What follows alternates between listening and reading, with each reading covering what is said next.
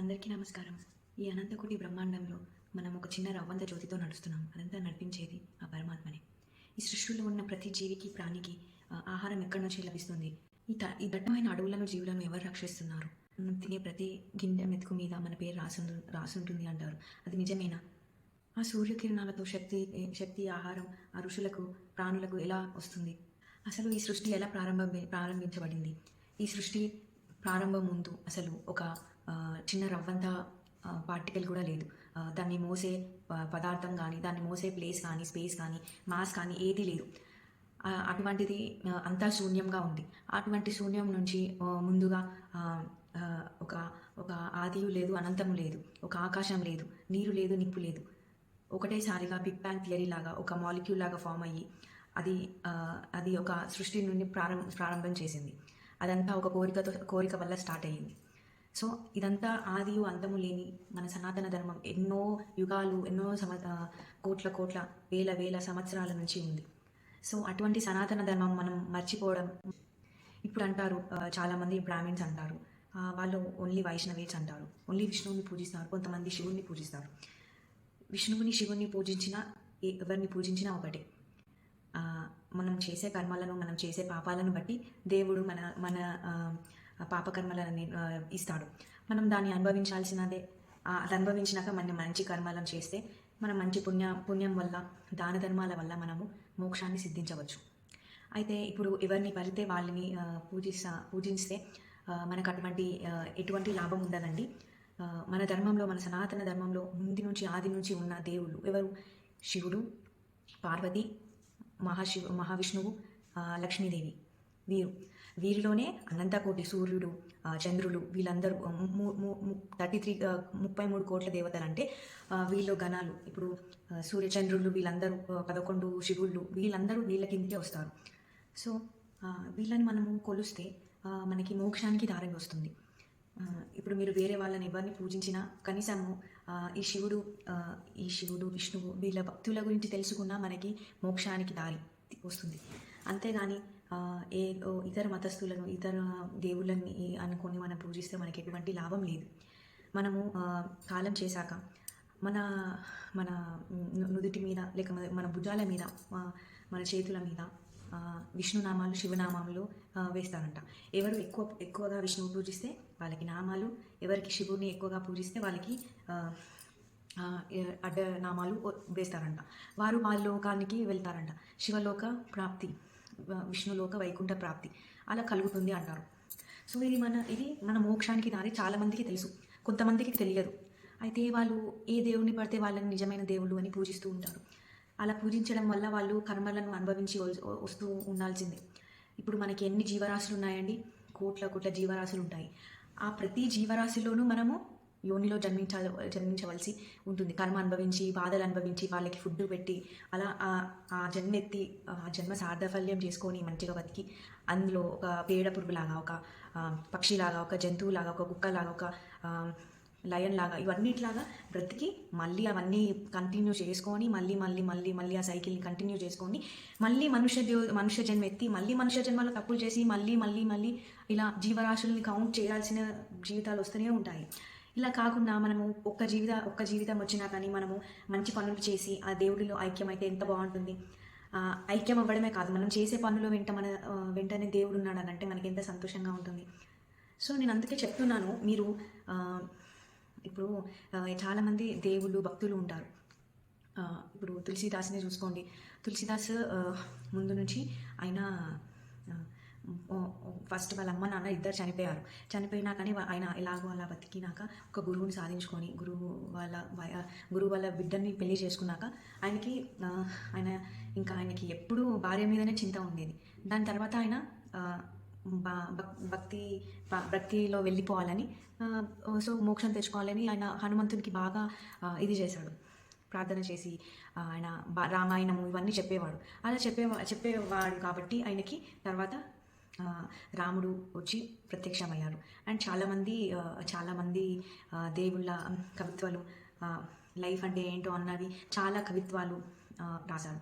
నరతుము జూటే జనము గవాయ, జూటే కా కోయి అంతున పాయ అని ఆయన ఒక కవిత్వాన్ని కూడా రచించారు. మీకు తెలిసే ఉంటుంది చిలకలపూడిలో పాండురంగ స్వామి గుడిలో నరసింహ అనే భక్తుడు మహారాష్ట్ర నుంచి ఆలయంలోని చంద్రభాగా నదిలో ఉన్న ఆలయం వద్ద గుల్కరాలను తీసుకొచ్చి ఆ రాళ్లతో దేవుణ్ణి సాక్షాత్కరించారు చిలకలపూడిలో. సేమ్ అలాగే పాండురంగడు స్వామి ఎలాగైతే ఉన్నారో మహారాష్ట్రలో అలాగే సాక్షాత్కరించారు. సో ఇప్పుడు మీరు చిలుకూరు బాలాజీ స్వామి గుడిలో కూడా రామారెడ్డి అనే భక్తుడు తన తిరుపతికి వెళ్ళలేకపోయాడు, చాలా ఓల్డ్ అయిపోయాడని, ముసలివాడు అవ్వడంతో కొండలెక్కి నడవడానికి అంత దూరం ప్రయాణించడం అవ్వలేదని విష్ణుమూర్తిని వెంకటేశ్వర స్వామిని మొక్కగా ఆయన చిలుకూరు బాలాజీ టెంపుల్లో వెలిశాడు. ఇలా చాలా చాలా భక్తుల స్టోరీసే మనము వినొచ్చు.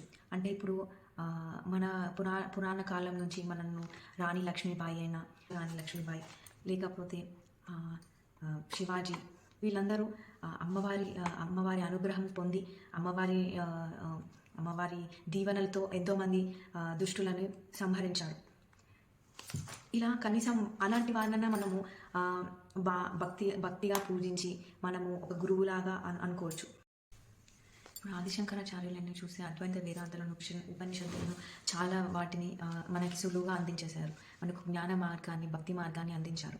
మనకి విష్ణుదేవుడు, శివుదేవుడు, దేవీమాత, దుర్గామాత, లక్ష్మీదేవి వీళ్ళందరి మీద, గణేశుల మీద వీళ్ళందరి మీద చాలా శ్లోకాలు, పాఠాలు, పద్యాలు అన్నీ రచించారు.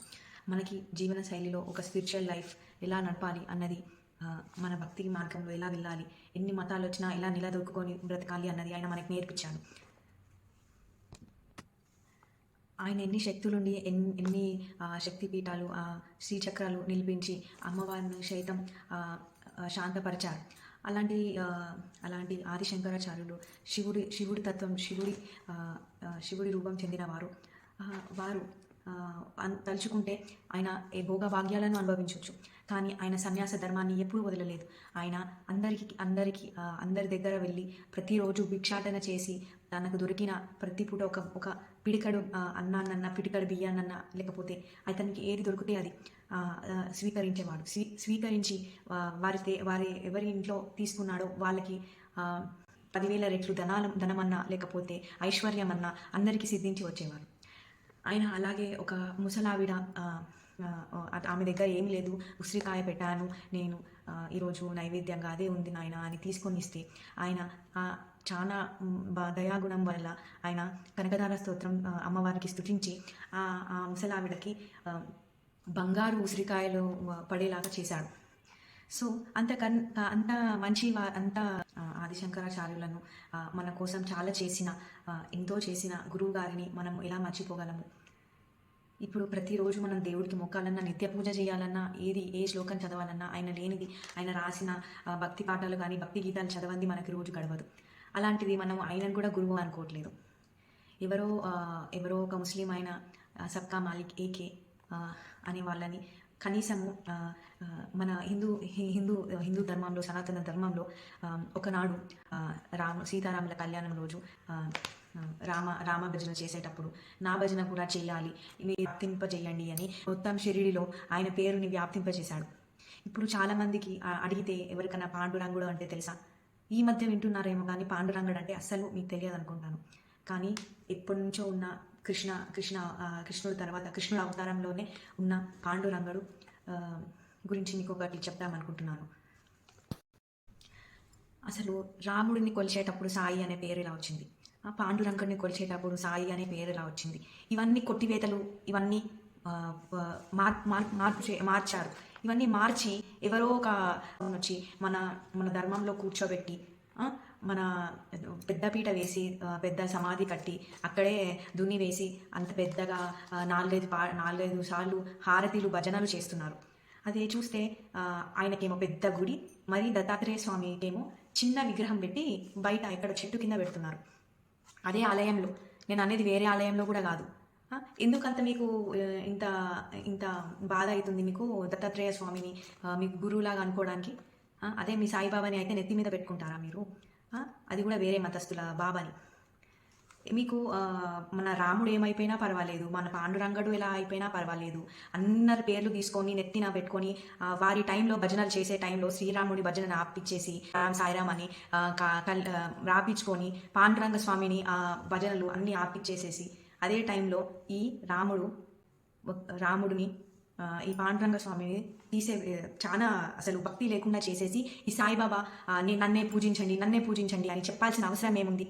ఇప్పుడు ఒక మనిషికి జ్ఞానము, భక్తి, శ్రద్ధ ఏది లభించినా వారి గురువుని, వారి దేవుడిని కొలవండి, దేవుడిని మీదనే చెప్తారు. నా దేవుడిని కొలవండి, నా శివుడిని కొలవండి, నా విష్ణువుని కొలవండి, నా ఆదిశంకరాచార్యుని కొలవండి, ఇలా అవుతుంది అని చెప్తారు. ఆయన మీకు ఏం చెప్పారు? ఏ దేవుడి గురించి చెప్పారు చెప్పండి? ఏ దేవుడి గురించి చెప్పారని మీరు ఇంతగానము సాయిబాబా కోసం నేను చెవులు కోసుకుంటాను, ముక్కు కోసుకుంటాను, ప్రాణాలు ఇచ్చేస్తాను అంటున్నారు? మీరు కొంచెం జ్ఞానము అన్నీ తెచ్చుకొని ఆలోచిస్తే మీకే అర్థమవుతుంది. ఇప్పుడు ముస్లిమ్స్ ఇప్పుడు సాయిబాబాని ముస్లిం అంటున్నారు. సబ్కా మాలికే అల్లా సబ్కా మాలికే అని తిరిగేట ఆయన. ఇప్పుడు ఆ ముస్లింలు కూడా ఆయన కొలవరు. ఆ ముస్లిమ్స్ నేను ఇండియాలో ఉంటున్నాను, నా భారత మాత, నా భారతదేశం, ప్రతి ఒక్క మతం నాకు చాలా ఇష్టం. నేను అలా అని చెప్పట్లేదు. ఇప్పుడు మన సనాతన ధర్మం మేము హిందువులమండి అని చెప్పుకుంటూ వేరే ఎవరినో గురువులను తెచ్చిన ఎత్తికెక్కించుకొని అదే మన జనరేషన్స్కి కొద్దిగా అది నేర్పిస్తుంటే మనం ఎంత పాపం చేసిన వాళ్ళమవుతాం. మీకు ఒక మోక్షప్రాప్తి కాదు కదా, స్వర్గప్రాప్తి కూడా లభించదు. మీరు చాలా పాపానికి గురి అవుతున్నారు. నాకేమొస్తుంది ఇవన్నీ చెప్పడానికి? కానీ నా సనాతన ధర్మంని నేను రక్షించుకోవాలి. ఎందుకంటే నాకు ఆ దేవుడంతే భక్తి. దేవుడు నాకు ఎన్నో చేశాడు. భక్తి శ్రద్ధలు అన్నవి మనకి ముందు నుంచి రావాలి. అంతేగాని ఎవరో వచ్చి వీరిని మొక్కండి, వీరిని చేయండి అని మనము చేస్తే అసలు ఏమొస్తుంది? ఈ మధ్య చాలామంది చూడట్లేదేమో, మొత్తం షిరిడీ నుంచి డొనేషన్స్ మొత్తము పాకిస్తాన్కి వెళ్తున్నాయి. వీరినా మీరు కొలిచేది? వీరినా మీరు మొక్కేది? నీ సనాతన ధర్మంలో నువ్వు పుట్టినప్పుడు నువ్వు ఏ దేవుడినైతే కొలుస్తున్నావో ముందు నుంచి, నీ పూర్వీకులు మీ తాత ముత్తాతలు ఎవరినైతే కొలుస్తున్నారో వారిని నువ్వు కొలవాలి. వారు పుట్టారు, వీళ్ళు వచ్చారు, సాయిబాబా పుట్టారు అని మనము వాళ్ళని గురువుగా అనుకోలేము. ఇప్పుడు వివేకానందుడు కూడా మనకి చాలా చేశాడు. ఆయనను ఒక ఫిలాసఫికల్ వాళ్ళలాగానే చూస్తాం, కానీ ఆయనని చాలామంది గురువు లాగా ఇంట్లో పెట్టుకొని అయితే పూజించరు. నేను చెప్పేది ఏంటంటే చాలామంది జ్ఞానులు ఉంటారు, అందరినీ మనము గురువులాగా పూజించాలి. ఇప్పుడు దక్షిణామూర్తి అంటే ఆయన దేవుడు, శివుడు అవతారం అయినా కూడా ఇప్పుడు ఆయనను పూజించినా, ఆయన గురువులాగా పూజించినా మీకు జ్ఞానము సిద్ధిస్తుంది. అంతేకాని ఇప్పుడు మీరు ఒక సాయిబాబా ఇష్టము అండి, నాకు సాయిబాబానే దేవుడు అని అనుకుంటే మీరు కనీసం ఒక ఇంట్లో ఒక ఫోటోలాగా పెట్టుకోండి, కానీ దేవుళ్ళ దగ్గర పెట్టుకోకండి. నా పాద ధూళి స్పర్శతో మీ పాపాలన్నీ తొలగిపోతాయి. నా కాలి వేలిలో ఉన్న తీర్థజలంని మీరు మొక్కితే అన్ని నదులని సందర్శించినట్టు. మీరు ఎటువంటి తీర్థస్థలాలకు వెళ్ళవలసిన అవసరం లేదు అని ఎవరు చెప్పారు? సాయిబాబా చెప్పారు. ఇంతగానే మీకు ఎగ్జాంపుల్స్ ఇస్తున్నాము, మీకు అర్థం అవ్వటం లేదు ఎవరు నిజమైన గురువు అని. శృతి స్మృతి పురాణానం ఆలయం కరుణాలయం నమామి భగవత్పాదం శంకరం లోకశంకరం. అంటే ఆ శంకరుడు మన ఆదిశంకరులతో సమానం. ఈ కరుణామూర్తి అయిన ఈ ఆదిశంకరులని పూజించడం వల్ల మనకు అన్నీ సిద్ధిస్తాయి. మనం తల్లిదండ్రుల యొక్క రుణం, గురువుల యొక్క రుణం, దేవ రుణం అన్నీ తీర్చుకోవాలి అంటారు. మనం మన జ్ఞానాన్ని, మన ఓటమిని మన తల్లిదండ్రులు, మన తెలివి, మన జ్ఞానమే మోస్తాయి ఎప్పుడన్నా. అందుకే నేను చెప్తాను, ఎప్పుడన్నా మనము ఒక ఓటమికి ఒక లూజర్ లాగా మిగిలిపోకూడదు. అందుకని మనం ఏదో ఒకటి సాధించాలన్నది మనకి పట్టుదల మనది ముందు నుంచి ఉండాలి. అటువంటి సమయంలోనే నువ్వు ఒక నిర్మలమైన, స్వచ్ఛమైన, నిజమైన భక్తితో ఒక గురువుని చేరాలి. మనకి గురువుని చేరాలన్నా, ఒక భక్తి పట్టుకోవాలన్నా మనకి 4 స్టేజెస్ లాగా కాన్షియస్నెస్ ఉంటుంది. ఇప్పుడు నాకు చిన్నప్పుడు మా అమ్మమ్మ ఒక చెప్పేది స్టోరీ, ఒక కథ చెప్పేది. అదేంటంటే మా అమ్మమ్మ వాళ్ళ హస్బెండ్ అంటే మా తాతగారు, ఆయన వాళ్ళ అమ్మకి 12 మంది పిల్లలు చనిపోయారు. 12 మంది పిల్లలు చనిపోయినాక ఈయన పుట్టాడు. సో ఆమె ఎంతమంది పిల్లల్ని కనడం, ఒక 5 years అయినా 6 years అయినా కావడం, అలా చనిపోవడం. కొంతమంది పుట్టినప్పుడే చనిపోవడం, అలా జరుగుతుంది. ఆమె చాలా బాధను, మరణ సదృశమైన బాధను చాలా అనుభవించింది. ఎందుకు దేవుడా నాకు ఇటువంటి జీవితాన్ని ఇచ్చావు, ఎందుకు నాకు ఇంత బాధనిచ్చావు అని రోజు బాధపడేది, చాలా భక్తితో ఉండేది. అయితే తను చిలకలపూడి పాండురంగ స్వామి గురించి విని తను ఆ, ఇలా ముడుపు కట్టింది. నాకు ఒక కొడుకు పుట్టి, ఆ కొడుకుకి 5 సంవత్సరాల వరకు ఎటువంటి జ్వరం ఏమీ రాకుండా ఉంటే నేను మీ దగ్గరికి వస్తాను అని మొక్కుకొని ఆ, ఆ, మా మా తాతయ్య పుట్టాడు.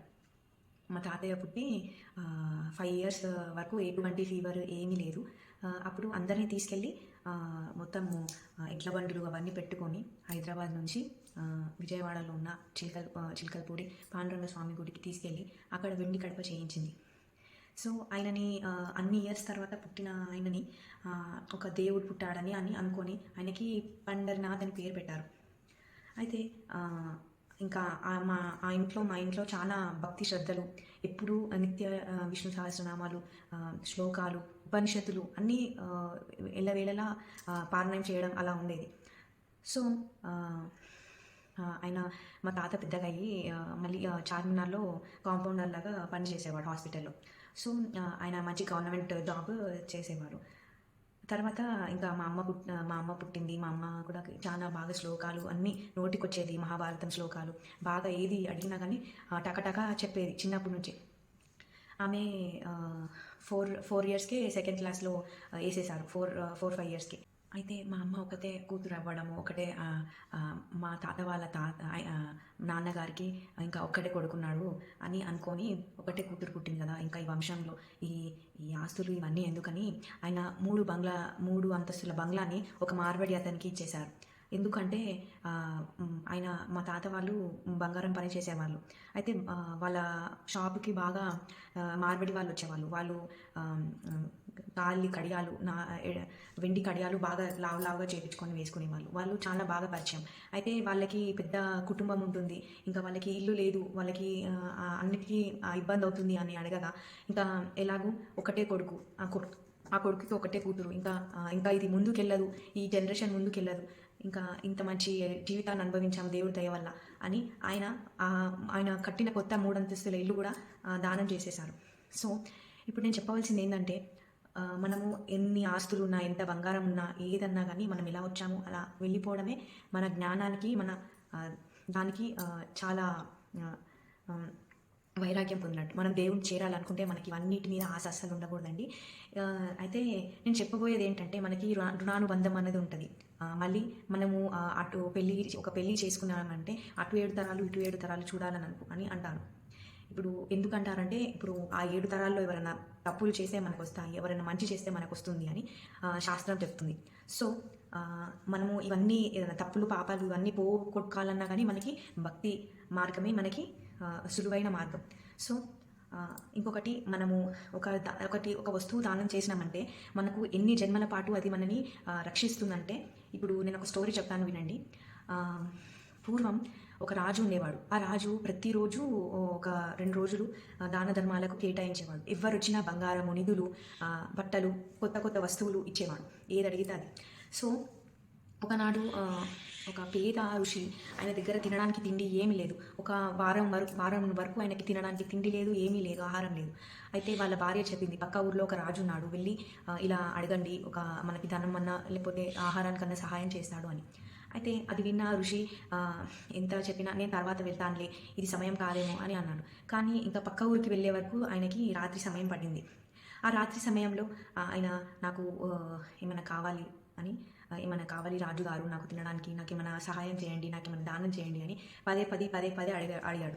అలా అడగడం ద్వారా ఆయనకి రాజుకి చాలా కోపం వచ్చింది. నేను ఈ టైంలో సాయంత్రం వేళలో అసలుకే చెయ్యను, నేను వారంలో 2 రోజులు తప్ప మిగతా రోజుల్లో చెయ్యను దానము అని అన్నాడు. మీరు ఏది ఉంటే అది ఇవ్వండి నాకు అనగా ఆయన పక్కనున్న పేడని తీసుకొని ఋషి ఉన్న కమండలంలో వేశారు. ఆ కమండలంలో వేయగా ఆయన అదే ప్రసాదంగా తీసుకెళ్ళి ఇంటికి తీసుకెళ్లారు. అయితే వాళ్ళ భార్య చూసి, ఏం తెచ్చారండి ఈరోజు, మనకు ఆహారం దొరికిందా, ఏమైనా ధనం దొరికిందా అని అడగగా తీసుకో అని ఇచ్చాను. అయితే వాళ్ళ భార్య, ఏంటండి ఇలా తీసుకొచ్చారు, ఇంత దుర్వాసనగా ఉంది అని అన్నాక తను కింద పడేసింది. సో అది పడేయకుండా అలా పెట్టింది. ఎన్నో సంవత్సరాలు, ఎన్నో యుగాలు అది పెరుగుకుంటూ వచ్చింది ఆ పేడ. సో మళ్ళీ ఆ రాజు ఒక రోజు అలాగే వచ్చాడు. వస్తే భటులతో రాగా ఏంటి ఇక్కడ ఇంత దుర్వాసన వస్తుంది, ఎన్నో సంవత్సరాలుగా పెట్టిన పేడ ఇక్కడే ఉంది అని అంటే ఆయన అన్నాడు, ఋషి అన్నాడు, నాకు ఒక రాజు నేను సహాయం కోసము ఇలా ప్రక్క ఊళ్ళో ఉన్న రాజు దగ్గరికి వెళ్ళి నేను ఇలా కోరగా ఆయన నాకు ఇంత పేడ ఇచ్చాడు, అది నాకు దేనికి ఉపయోగపడలేదు కాబట్టి నేను అలా పడేశాను, కానీ ఆయన పాపం అలా పెరుగుకుంటూ పోయింది, ఇంత పెద్దగా అయిపోయింది, ఆ పాపాన్ని ఆయన తీసే వరకు అది పోదు, ఒకరికి ఉపయోగపడ్డ ధనమన్నా వస్తువన్నా మనకి చాలా మంచిగా కీర్తిని సంపాదన పుణ్యం లభిస్తుంది, కానీ ఇటువంటి పేడ ఇవ్వడం వల్ల ఆయన పాపం రోజు రోజుకి పెరిగిపోతుంది అని చెప్పాడు. అయితే అప్పుడు ఆ రాజు అడిగాడు, అయ్యో ఋషి గారు అది చేసింది నేనే, మరి నా పాపాన్ని నేను ఎలా తీసేసుకోవాలి అని అంటే, రోజు నువ్వు పక్క ఊర్లో ఉన్న ఋషి ఒకరు ఉన్నారు, ఆ ఋషి వాళ్ళ ఇంటికి వెళ్ళి వాళ్ళ కూతుర్ని అపహరించుకొని నీ రాజ్యంలో తీసుకెళ్ళి పెట్టుకో, అప్పుడు రాజ్యంలో పెట్టుకోగా 10 మంది చూసి నీ గురించి అలా ఇలా మాట్లాడతారు, వాళ్ళు మాట్లాడుకోవడం వల్ల నీ పాపం అంతా వారు తీసుకుంటారు, వాళ్ళు తీసుకొని నీకు మొత్తం పుణ్యం లభిస్తుంది అని చెప్తాడు. అయితే అలా తీసుకొని వెళ్ళగా ఆమెను తీసుకొని వెళ్ళగా ఆయనకి మొత్తము అందరూ ఆయనని దూషించడం, తిట్టడం ఇలా చేశారు. కానీ ఆయన ఆ ఋషి వాళ్ళ కూతుర్ని తీసుకెళ్ళి వాళ్ళ ఆవిడకు అప్పచెప్పి నువ్వు ఇలా పెట్టుకో అమ్మా, ఇట్లా కొన్ని రోజులు ఏమని అమ్మాయిని మంచిగా చూసుకో అని చెప్పాడు. కానీ మిగతా వాళ్ళు ఆయన అందరినీ దూషించడం వల్ల ఆయన పాపం అంతా వాళ్ళు మూట కట్టుకొని ఈయన పరిశుద్ధుడు అయిపోయినాడు, మంచి పాపం లేని మనిషిలాగా అయిపోయాడు. అయితే ఆ పేడ ఎంతకంతకి తగ్గిపోయాక ఆ అమ్మాయిని 10 రోజుల తర్వాత వాళ్ళ ఇంటికి పంపించాక ఆయన ఇంకొక జన్మ ఎత్తాడు. ఇంకొక జన్మలో ఆయన మిగిలిపోయిన పేడ పురుగులాగా అయ్యి ఆ పేడ పురుగుని తినవలసి వచ్చింది. సో మీరు ఎటువంటి పాపం చేసినా, కర్మ చేసినా మీరు మళ్ళీ జన్మ ఎత్తి మళ్ళీ దాన్ని మీరు తీర్చుకోవాల్సిందే, అనుభవించవలసిందే. సో అందుకే చెప్తాను, ఇవన్నీ ఉండకుండా మీరు మోక్ష ప్రాప్తి కోసం చూడాలంటే మీరు ఎప్పుడు విష్ణువుని శివుని పూజించి, దుర్గామాతను పూజించి ఒక గురువు అనుగ్రహం పొందాలి. అప్పుడైతే మీరు ఒక మోక్షదారి పొందుతారు. అంతేగాని మీకు ఇక్కడ అనుభవించి స్వర్గంలాగా, అక్కడ అనుభవించి స్వర్గంలాగా, అది తిని ఇది తిని ఇన్ని భోగభాగ్యాలు అనుభవించి మళ్ళీ నాకు పైకి వెళ్ళి స్వర్గమే కావాలనుకుంటే అది ఎన్ని రోజులు మీరు చేసిన పుణ్యం వరకే కావాలి అనుకుంటారు. అది మీరు దాన ధర్మాలు చేసి అన్నీ ఇచ్చేస్తే మీరు పెట్టి పుట్టడానికి, మీరు మోక్ష మార్గానికి లభించడానికి ఉంటుంది. సో ఈ కథ ద్వారా, ఈ వీడియో ద్వారా మీకు నేను ఏదో ఒక సందేశం ఇచ్చానని అనుకుంటున్నాను. ఈ నేటి తరంలో అందరికీ ఈర్ష్యాసూర్యాలు చాలా పెరిగిపోయాయి. నేనే చాలా తెలివిగలవాడిని, నేనే అన్నీ తెలిసిన వాడిని అని అనుకుంటున్నాను. అందుకే మన శాస్త్రంలోనూ ఒక అంటారు ఇలా, అన్నీ తెలిసిన వాడు అమావాస్య రోజు చనిపోతాడు, ఏమీ తెలియని వాడు అంటే అన్నీ తెలిసి కూడా నాకేం తెలియవు అని అనుకునేవాడు స్వర్గప్రాప్తి పొందుతాడు. అంటే ఏదైనా ఏకాదశి రోజున లేకపోతే ఒక మంచి ఉత్తమమైన చావు పొందుతారు అని అంటారు. మా తాతయ్య కూడా 1936లో పుట్టి 1989లో చనిపోయారు. అంటే 52 years బతికారు. ఆయన కార్తీక పౌర్ణమి రోజు చనిపోయారు. మా అమ్మమ్మ కూడా వైకుంఠ ఏకాదశి రోజు చనిపోయింది. చనిపోయి తను 10 daysకి కృష్ణ పుష్కరాల్లో మేము ఆమె అస్థికలు కలిపాము. అంటే దేవతలందరూ, ముక్కోటి దేవతలు వచ్చి స్నానం చేసే పవిత్ర స్థలంలో ఆమె అస్థికలు కలపడం జరిగింది 10 daysకి. సో మేము మా పూర్వీకులనన్నా లేకపోతే మా తాతగారినన్నా ఎవరినన్నా కానీ మేము దైవం ఉన్న మనుషుల్లాగానే చూస్తాము. అండ్ గురుభక్తి కలిగిన దాన్ని కాబట్టి ఎప్పుడు కూడా నేను ఎవరిని నిందించలేదు. మా హస్బెండ్ని కూడా నేను ఒక గురువులాగానే భావిస్తాను. ఆయన ఏది చెప్తే అది చేస్తాను. ఇంకా పెద్దల పట్ల ఎప్పుడు అగౌరవంగా లేకపోతే ఎప్పుడు నేను విమర్శించడము, వారికి ఎదురు సమాధానం చెప్పడము లాంటివి ఎప్పుడు చేయలేదు. భర్తకు చేసిన సేవ ఆ శివుడికి చేసినట్టే లెక్క అంటారు. ఇంకొకటి అందరు అంటున్నారు ఈ మధ్య, ఈ పిల్ల శివుడికి పూజ చేయలేదు, ఏం చేయలేదు, శివానుగ్రహం ఎట్లా పొందింది అని. అంటే పెళ్ళికి ముందు ఎంగేజ్మెంట్ అయినాక మా అత్తమ్మ గారు మాకు శివలింగం ఇప్పించిందండి. అంటే ఆవిడికి శివభక్తి బాగా ఎక్కువ. సో అంటుంటారు కదా, ఇప్పుడు ఏది మంచి కార్యం జరిగినా, ఒక పెళ్ళైనా, ఇల్లు కట్టినా, ఏదన్నా కానీ శివలింగం తెచ్చుకోమని అంటుంటారు మన పూర్వీకులు. సో అలాగా నేను జలాభిషేకము, పాలాభిషేకం ప్రతిరోజు అలా చేయలేదు. కుదిరినప్పుడు ఎప్పుడైనా భక్తి బాగా కలిగినప్పుడు చేస్తుండేదాన్నేమో కానీ ప్రతిరోజు దేవుడికి పువ్వులు బాగా సమర్పించేదాన్ని మంచిగా. నాకున్న గొంతుతో ఏదో కొన్ని బిల్వాష్టకాలు అలా శివాష్టకాలు ఇలా చదివేదాన్ని, లింగాష్టకాలు చదివేదాన్ని. లైక్ 10th క్లాస్ నుంచి ప్రతి శివరాత్రి రోజు మా అమ్మ ఈవినింగ్ వరకు ఉపవాసం ఉండేమని చెప్పేది. అలా శివుడి పాటలు బాగా వినేదాన్ని. ఏం తినకుండా ఉండేదాన్ని. ఈవినింగ్ కొన్ని పండ్లు అలా తీసుకునేదాన్ని. సో అప్పటి నుంచే కొంచెం శివుడి మీద భక్తి బాగా ఎక్కువ అయ్యింది నాకు. శివుడి గురించి వినడం, శివుడి గురించి తెలుసుకోవడం.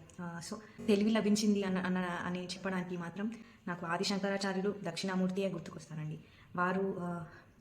వారి దగ్గరికి వెళ్ళడం, శృంగేరికి వెళ్ళడం, ఇదే నాకు జీవితంలో నేను మొదట చేసిన నా ఫస్ట్ మంచి, నా జీవితంలో మంచి అనేది ఇదే అని అట్లా అనుకుంటాను. ఆ స్టేజ్ ఆఫ్ ఇది. సో అండ్ మా అమ్మ కూడా ఎవ్రీ ఇయర్ లైక్ వైభవ లక్ష్మి పూజ చేసేది. లైక్ 1 year కన్నా 3 years కన్నా అట్లా ఒకసారి అట్లా చేసేది. సో దాంట్లో 11 times అన్నా చేస్తారు, లేకపోతే 9 times అలా చేస్తారు వైభవ లక్ష్మి వ్రతం పూజ. సో ఎవ్రీ ఫ్రైడే ముత్తైదువులు వచ్చినప్పుడు మా అమ్మ నన్నే అందరి కాళ్ళు మొక్కి చెప్పేది. ఆమె అందరికి వాయినాలు ఇచ్చేది, నన్ను కాళ్ళ మీద పడి మొక్కమని చెప్పేది. సో తను ఏమంటుండే అంటే ప్రతి మనిషిలో దేవుడిని చూడాలి, నువ్వు ఇంకా వైసర్, ఇంకా తెలివి గల జ్ఞానవంతురాలివి, అహంకారం ఎప్పుడు పొగరు రాకుండా ఉంటుంది, ఎప్పుడు నీ జ్ఞానము అన్నీ ఈక్వల్గా ఉంటాయి. ఒకరిని మొక్కడం, ఒకరిని కాళ్ళు మొక్కడం వల్ల నీ గర్వము ఏమీ తగ్గిపోదు అని అనేది. సో ఈ వీడియో మీకు నచ్చినట్లయితే లైక్ చేయండి, షేర్ చేయండి, అండ్ ఎవరికన్నా నచ్చితే సబ్స్క్రైబ్ చేసుకోండి నా ఛానల్ని. Thank you.